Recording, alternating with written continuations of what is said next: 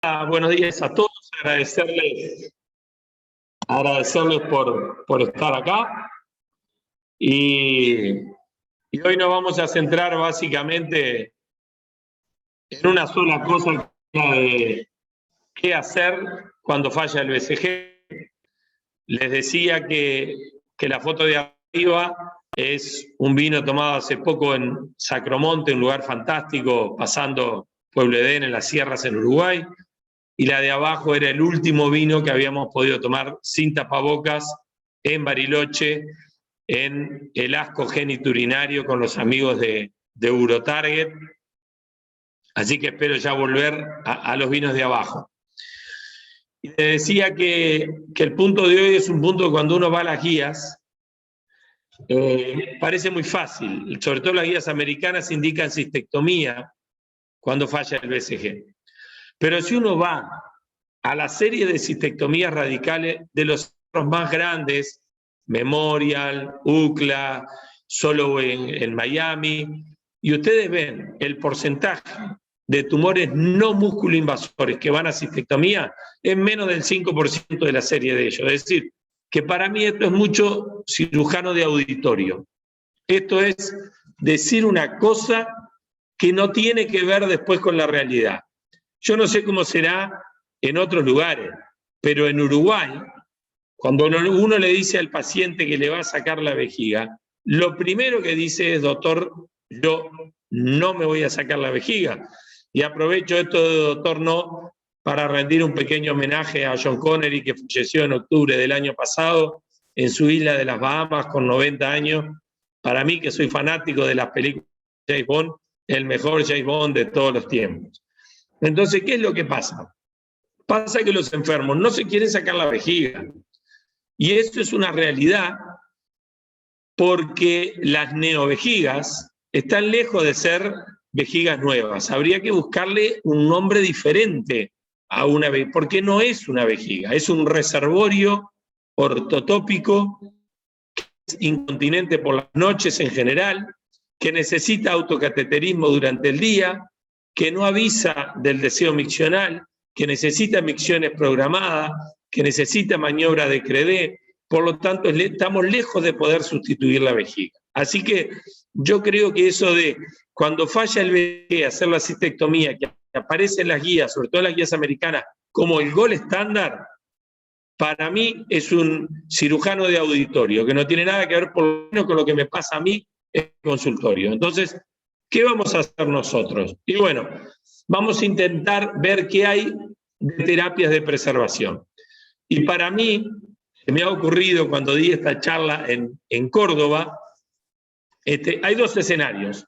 Hay un escenario que es el mundo real, ese mundo es el mío, es el de la mayoría de Latinoamérica y es el de la mayoría de los centros del mundo. Yo les decía, en los grandes centros de referencia, 5% de la cistectomía son por tumores T1. El resto son todos músculo-invasores. Es decir, que hasta en los centros de referencia la realidad es otra. Y este es el mundo nuestro. Y hay otro mundo, claro que sí, es el mundo que pertenece a cierta élite, a centros ciertos de referencia, a los pacientes que pueden costear tratamientos que son caros, a los pacientes que pueden acceder a los ensayos clínicos. En eso la gente de Argentina tiene la suerte digo yo, de tener a algunos amigos como Juan Pablo, Osade o Villoldo, que son pioneros en tratar de tener este tipo de ensayos clínicos que les permiten a los pacientes acceder a los nuevos tratamientos, o incluso Daniel Castellanos en España, que lidera un montón de trials de este tipo. Y yo creo que una de las cosas que nosotros podemos pasar a hacer para salir de la imagen de la izquierda, que es la realidad nuestra, y tratar de pasar a la imagen de la derecha, es tratar de contactarnos con los centros que tienen trials para este tipo de situación en la que los pacientes realmente no quieren quitarse la vejiga. Y nosotros, ante un fallo al BCG, hay algunos conceptos que nosotros tenemos que tener. Y el primero que nosotros tenemos que tener es que la ventana que nosotros tenemos para hacer cosas es chica. Hace 5 o 6 años, la gente del Memoria y Harry Herr decían que había un periodo de ventana de 2 años. Fíjense que recientemente fue presentado en el asco genitourinario que ese tiempo de ventana parece acortarse al año. Fíjense ustedes que es totalmente distinta la sobrevida cuando los pacientes son sometidos a una cistectomía temprana a cuando los pacientes son sometidos a una cistectomía más allá del año. Es decir, que parece que el periodo ventana que nosotros tenemos para hacer cosas es de 1 año. Es decir, tenemos que conocerlas muy bien, porque tenemos que aplicarlas de inmediato y tenemos que valorar los resultados antes del año, porque si no estamos interfiriendo en la sobrevida del paciente. Y es en ese año que podemos intentar hacer cosas para no sacar la vejiga, que yo me quiero centrar en la charla de hoy. Y parecería ser una opción, ustedes van a ver que en el ángulo de arriba a la derecha yo intento poner lo que me parece que es aplicable en cualquier lugar del mundo. Es aplicable en nuestra playa, en la playa del consultorio de todos los días de Latinoamérica o de cualquier lugar del mundo donde no son centros de referencia. Y ustedes van a ver que a veces aparece esta playa y a veces aparece la playa de la isla del Caribe. Yo creo que la combinación de gemcitabine, por ejemplo, con mitomicina C, puede ser una alternativa viable. Fíjense ustedes, estas son pequeñas series. A la izquierda vemos pacientes de alto riesgo con CIS asociado, un 20% que no había recibido BCG, pero la mitad de los enfermos tenían más de 2 cursos previos de BCG. Y la combinación de gemcitabina y mitomicina a 2 años parece mantener al 50% de los enfermos libre de recaída. Y a la derecha vemos una serie de 27 pacientes, acá un poquito más chicas, pero todos habían tenido en general algún tipo de terapia, ya sea quimio o BCG previa. Y estos pacientes reciben tratamiento intravesical con gemcitabine, 1 gramo en 50 mililitros o la mitomicina de 40 miligramos en 20. Y esta es una alternativa que, si bien logra un porcentaje libre de recaída del 50%, por lo menos tiene seguimientos a 2 años y me parece que es una alternativa viable para nosotros en cualquier consultorio. Este es un estudio que fue muy esperado, un estudio de Steinberg, en el que era una serie de casi 300 enfermos fallados al BCG. Y acá sí, estamos entrando más en el tema de hoy, fallados al BCG, incluso casi 40% eran considerados no respondedores al BCG, es decir, con una recaída, ¿verdad?, antes de los 6 meses, en las cuales se hicieron secuencialmente gemcitabina, docetaxel por 6 semanas y después mantenimiento mensual por 2 años. Y fíjese que nosotros tenemos lo mismo. Nosotros volvemos a tener a los 2 años alrededor, poco más o menos, del 50% de los enfermos sin recurrencia.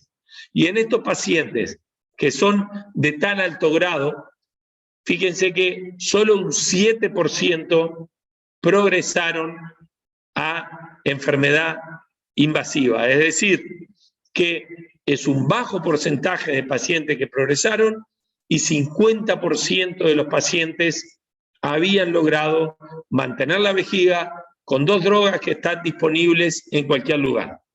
Y estos datos, recuerden, fíjense, 300 enfermos en falla, casi 40% de no respondedores, 50% posibilidad de preservar la vejiga y solo 7% progresado. Por lo tanto, me parece que son datos que hay que tener y conocer para empezar inmediato en los pacientes que fallan al BCG.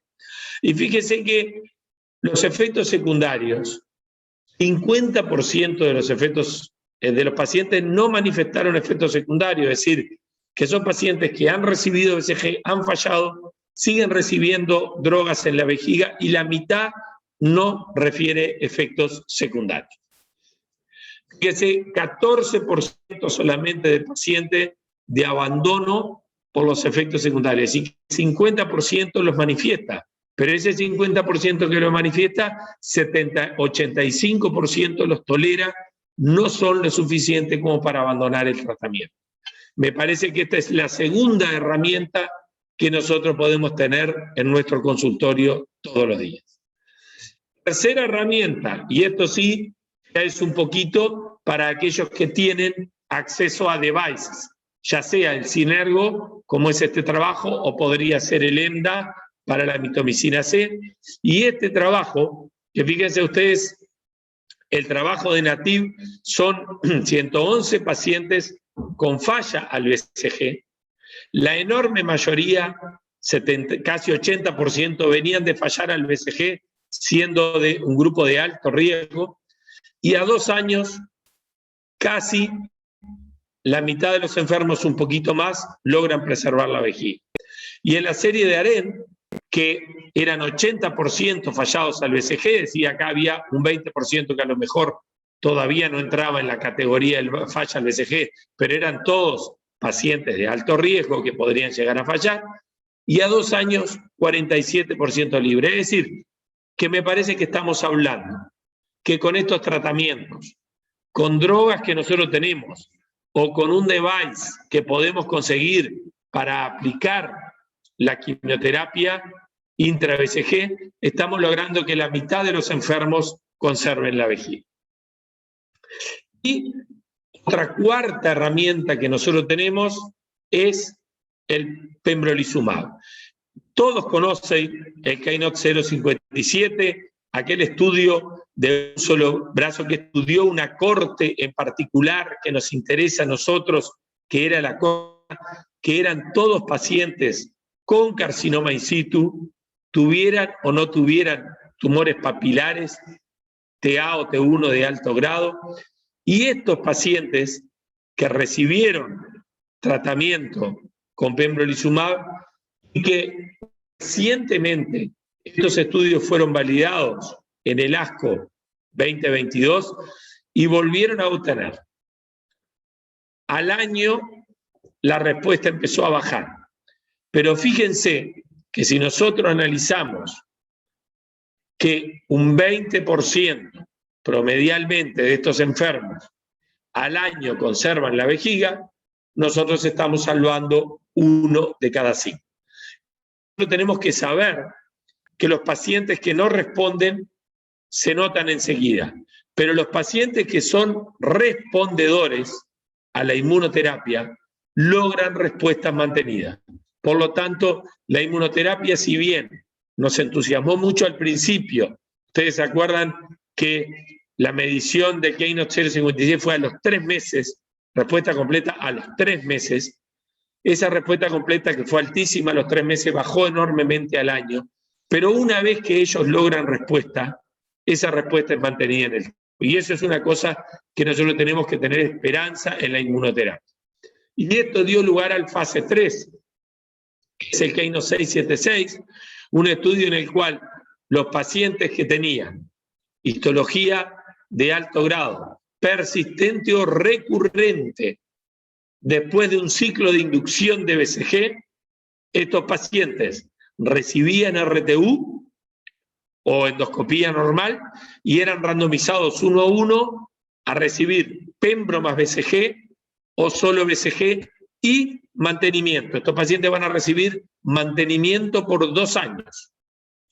Y este estudio que está actualmente en curso nos va a decir si nosotros en estos pacientes recaídos, ¿verdad?, al BCG, a estos pacientes que son de alto riesgo, con alta chance de recaer, nosotros le hacemos la inducción con BCG y después le hacemos un mantenimiento solo con BCG o BCG más inmuno. veremos a ver qué nos aporta este fase 3.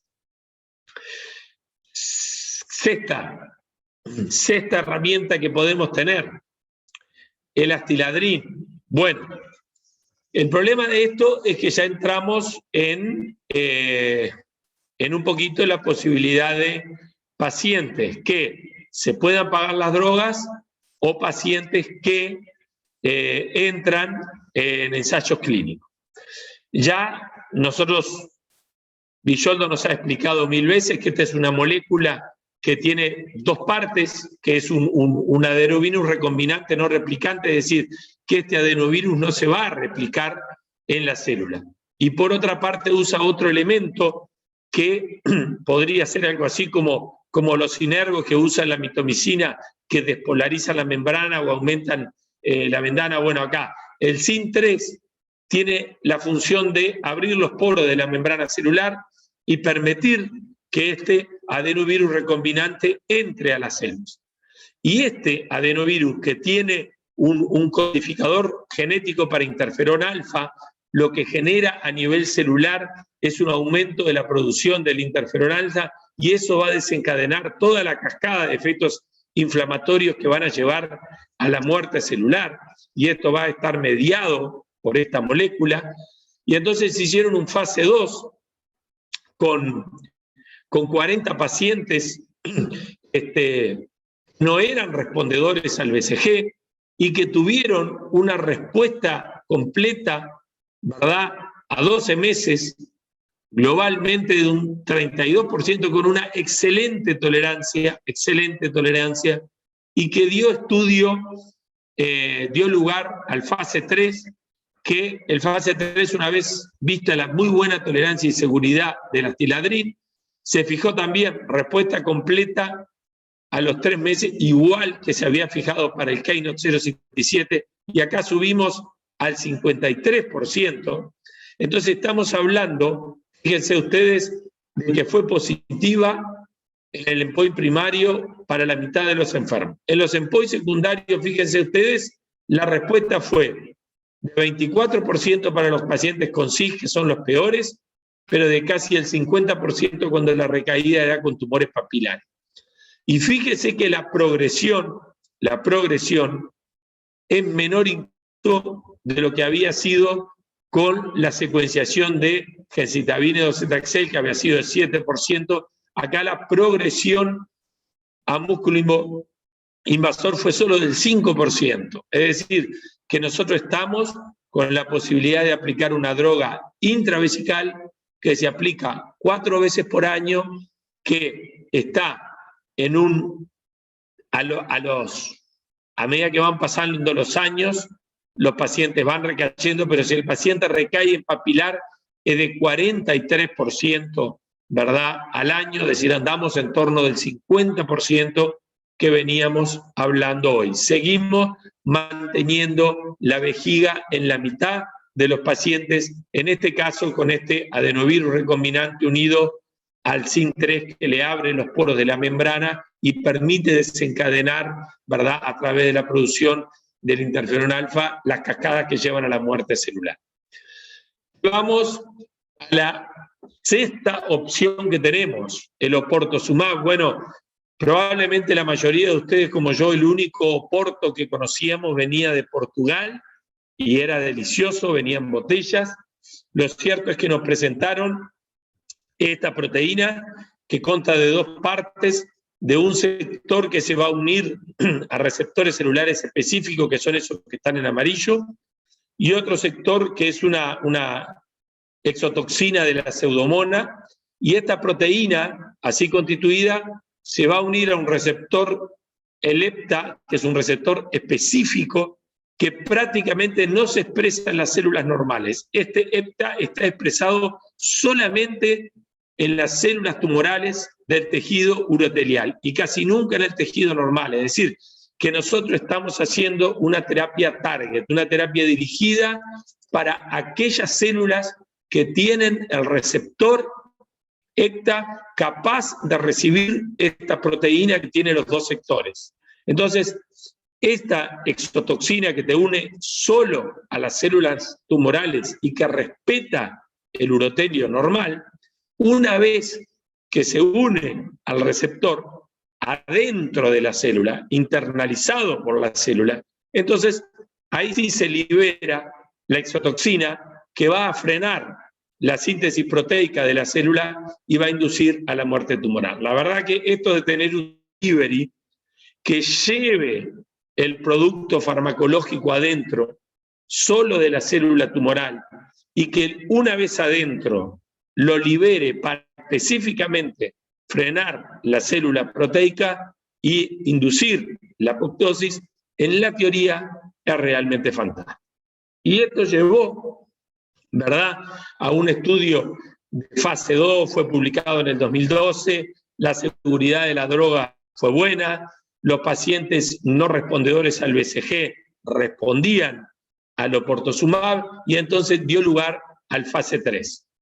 Y este fase 3, que es el LAB27, fueron 110 pacientes en los cuales básicamente en un brazo único se elaboró seguridad y eficacia.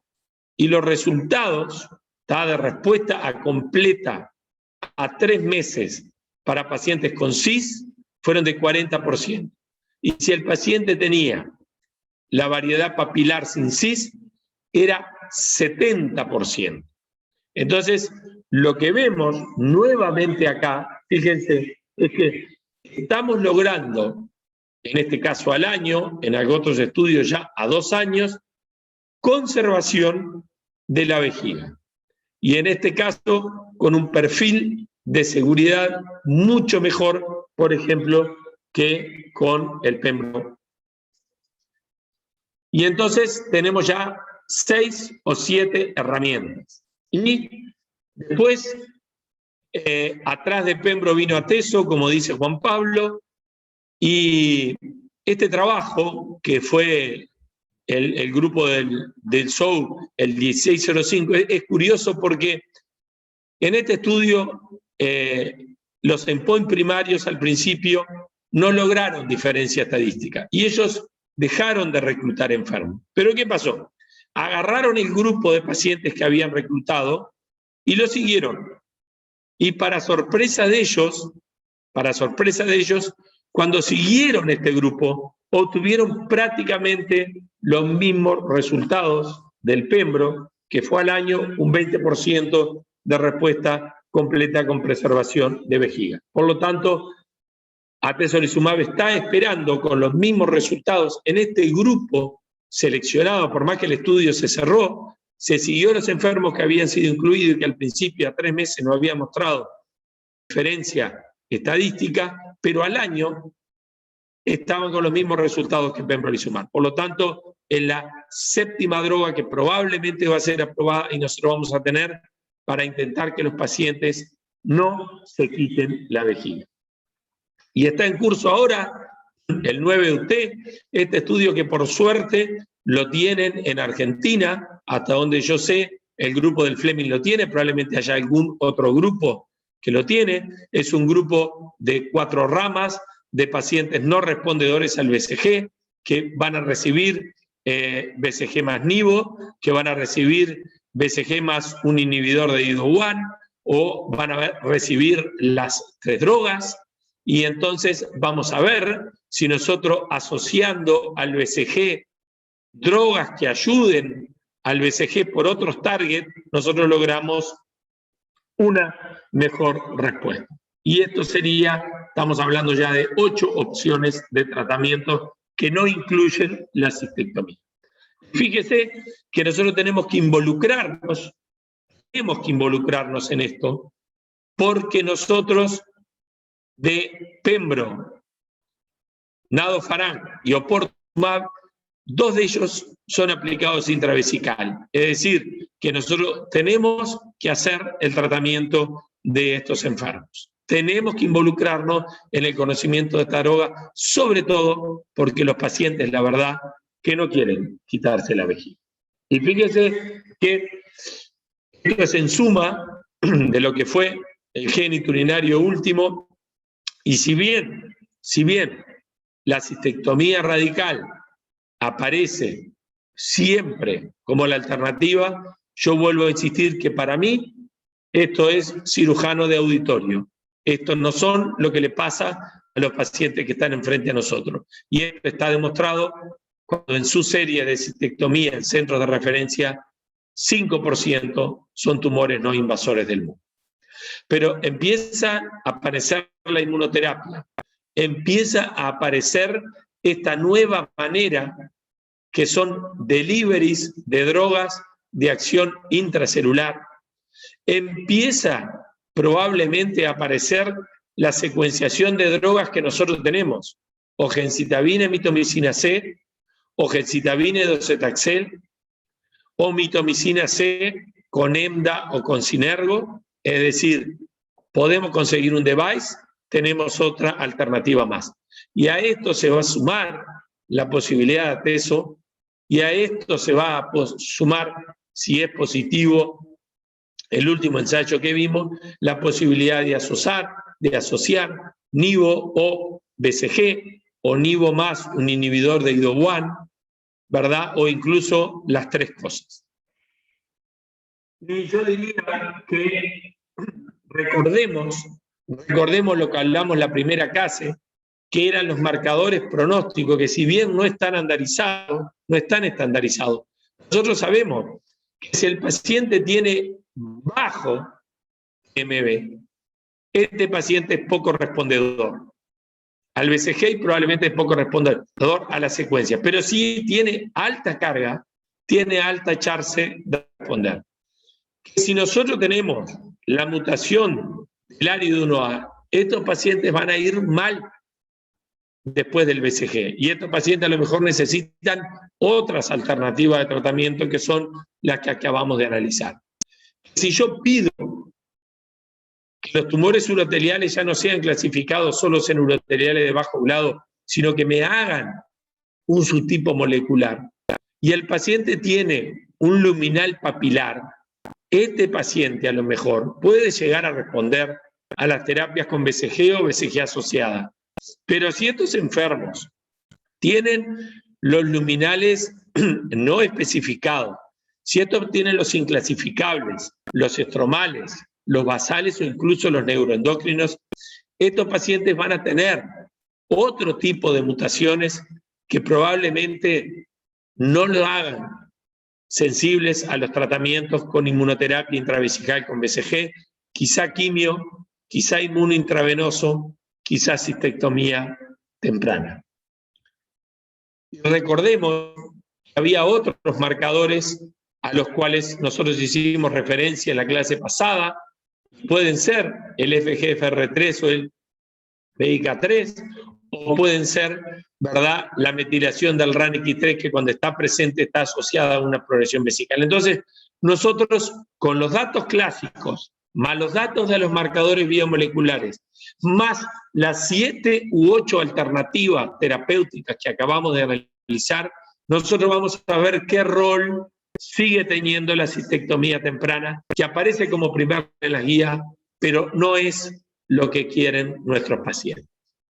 Entonces, en suma, yo diría que nosotros recordemos que para implementar terapias de preservación vesical en aquellos pacientes de muy alto riesgo o aquellos pacientes que fracasan, que son refractarios, recaídos al BCG, el mejor plazo que nosotros tenemos es 1 año. 1 año no es mucho tiempo. Por lo tanto, nosotros tenemos que aceitar en nuestros hospitales los mecanismos para que rápidamente estos pacientes lleguen al tratamiento. Y tenemos que ver si estamos en la playa común de la izquierda o podemos acceder a alguna playa exclusiva a través de trials o a través de que el paciente pueda obtener el dinero para adquirir la droga, o nosotros podamos conseguir un device para asociarle quimioterapia y mejorar con el device, sea EMDA, sea Sinergo, los resultados de la radioterapia. Pero todo esto tiene un plazo, y ese plazo, que parece no interferir en la sobrevida del enfermo, es 1 año. Que nosotros tenemos muchas opciones de tratamiento si el paciente no va a cistectomía. Si el paciente es un recaído tardío, después del año, después de los 18 meses, nosotros podemos repetir el BCG, nosotros podemos asociar al BCG, ya sea interferón, podemos asociar, a lo mejor, vamos a ver si el Keynote de fase 3 es positivo, quizá pembrolizumab. Nosotros podemos asociar gencitabina, docetaxel, secuencialmente gencitabina, docetaxel, podemos usar gencitabina y mitomicina C, eso está disponible para todos. Podemos usar un device con la quimio de mitomicina C, quizá lo podamos lograr. Está pendiente de saber si la radioterapia tiene un lugar y si no, metámoslo a los pacientes en ensayo clínico. Todo esto nos puede llevar a preservar la vejiga en un porcentaje importante de pacientes. Ya pembro o porto, nadofarange, ya no son solamente estudios de fase 2, están con estudios de fase 3 y están aprobados por FDA algunos de ellos o en vía de aprobación los otros. Es decir, ya no es tan ciencia ficción. Y este supermercado, el supermercado Villoldo, como yo lo hablo con gran cariño por mi gran amigo, cada vez se está llenando más. Pero a mí me parece que hoy día decirle al enfermo que él tiene entre 20 y 50% de chance de preservar su vejiga a 1 o a 2 años con el uso de todas las drogas que tenemos en el supermercado Villoldo, me parece que es un mensaje real, realista, de la playa de todos los días, quizá para algunos de la playa del Caribe en el que puede bajar en helicóptero, pero que no tenemos que olvidarlo. Y no me queda más que invitarlos para el próximo mes, donde le vamos a entrar los martes a la mañana por 1 hora al cáncer de testículo. Y así, pidiéndole que ustedes salven la fecha de 22 y 23 de octubre para deleitarnos con el UroTarget 2021, termino mi presentación y le doy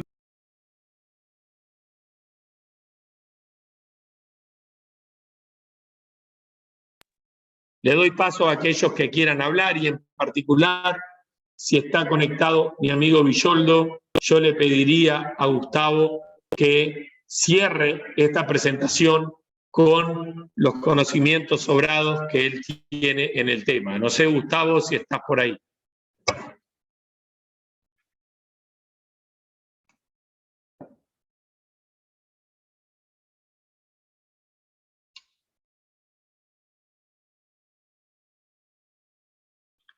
Bueno, Gustavo, la verdad que tenía una cirugía, no iba a saber si iba a poder estar, así que yo abro el micrófono para cualquiera de los participantes que quiera hablar y que está entre nosotros y que quiera opinar.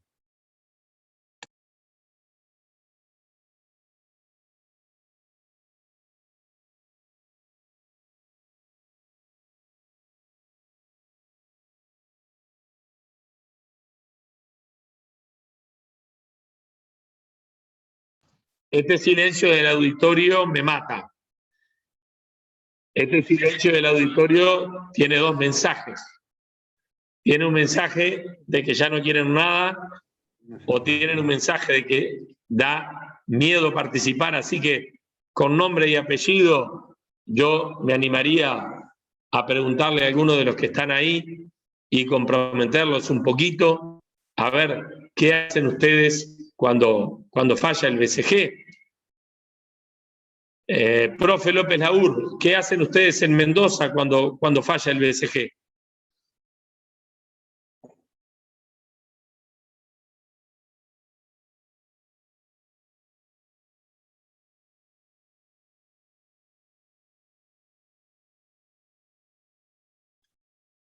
Bueno, aparente el profe también salió, tuvimos algunos problemas de comunicación al principio, así que quizá algunos pensaron que no iba a salir y se retiraron, pero bueno, Yo veo algunos otros colegas, no sé si quieren opinar de qué es lo que pasa en cada uno de los centros o cómo manejan ustedes esta situación de tener un tumor no invasor del músculo y decirle al paciente lo que dicen las guías americanas, que es quitar la vejiga, que en mi experiencia personal no es lo que los pacientes quieren ni los pacientes aceptan.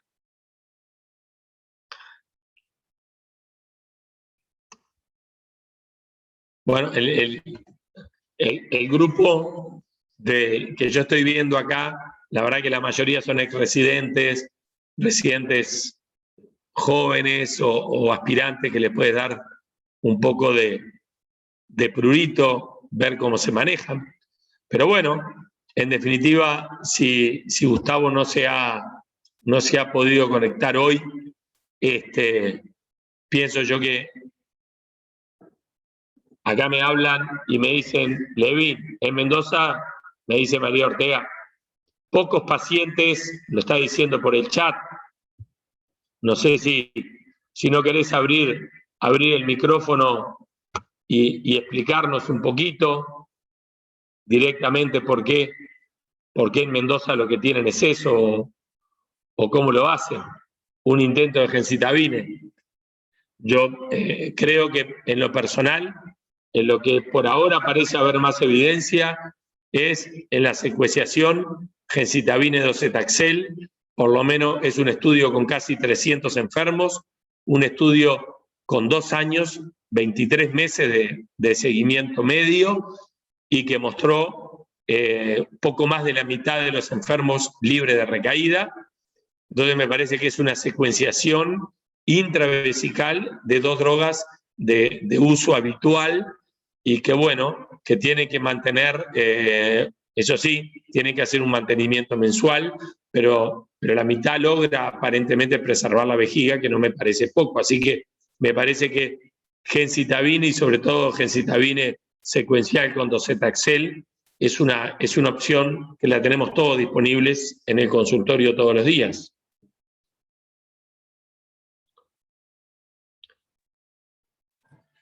Hola Levin, buen día. Adelante, te escuchamos. ¿Cómo te va, Levin? Soy Jorge Quesada, tu compañero de acá de la maestría de la UNC. ¿Cómo te va?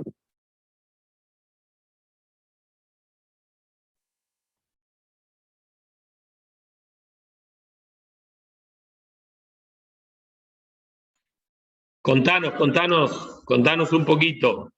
Habilitate el micrófono. ¿Me escuchás ahí, Levin? Sí, perfecto, dale. ¿Cómo andás, Levin? Mira, acá en Mendoza, no sé si te acordás de mí, que fui compañero tuyo de la maestría de la UNC.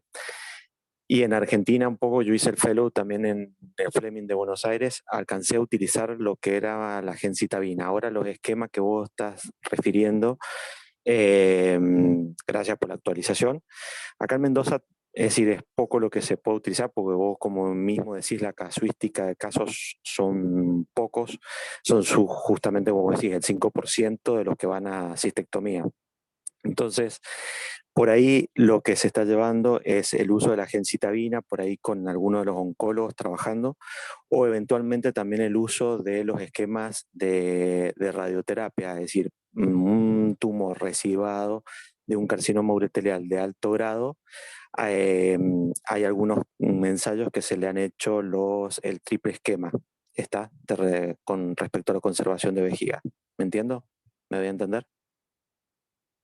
Sí, hay un trial en curso en eso, estamos, ¿verdad?, esperando los resultados, pero sin duda que la posibilidad de hacer triple plan está, y bueno, creo que es una opción válida. Y ante no tener la posibilidad de otras cosas, y el paciente no querer o no aceptar, y nosotros estar en el plazo ese del año que podemos intentar, creo que vale la pena que intentemos preservar la vejiga de los pacientes. Bueno, yo, dado que quedan 3 minutos para las 10, creo que vamos a respetar un poquito los tiempos que yo he prometido.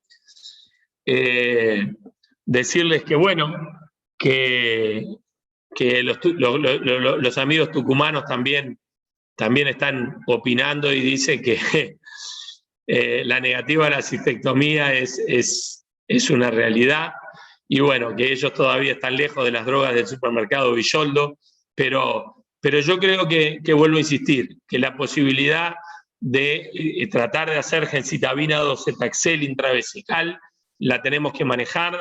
Es un estudio publicado, es un estudio con 300 enfermos. Si bien ustedes pueden decir me falta la validación, creo que hemos aceptado a veces cosas con mucho menos evidencia, y la hemos aceptado porque la desesperación de no tener algo es lo que nos lleva a tener que aceptar ese tipo de cosas. Estimadísimos, muchas gracias a los 40, 50 valientes que estuvieron ahí hasta el final. Les recuerdo que el cáncer de testículo va a ser nuestra actualización del mes de julio. Y bueno, siempre entre las 9 y las 10, espero tenerlos a todos. Un gran abrazo, un gusto haber visto un montón de residentes, ex residentes, colegas amigos, colegas de la maestría y otros colegas de Latinoamérica que se conectan. Así que nada, un abrazo a todos y espero que, como siempre, recuerden que cuando quieran refrescar, esto queda grabado en la web de la cátedra, www.catedradeurología.edu.uy. Un gran abrazo a todos y será hasta el primer martes de julio.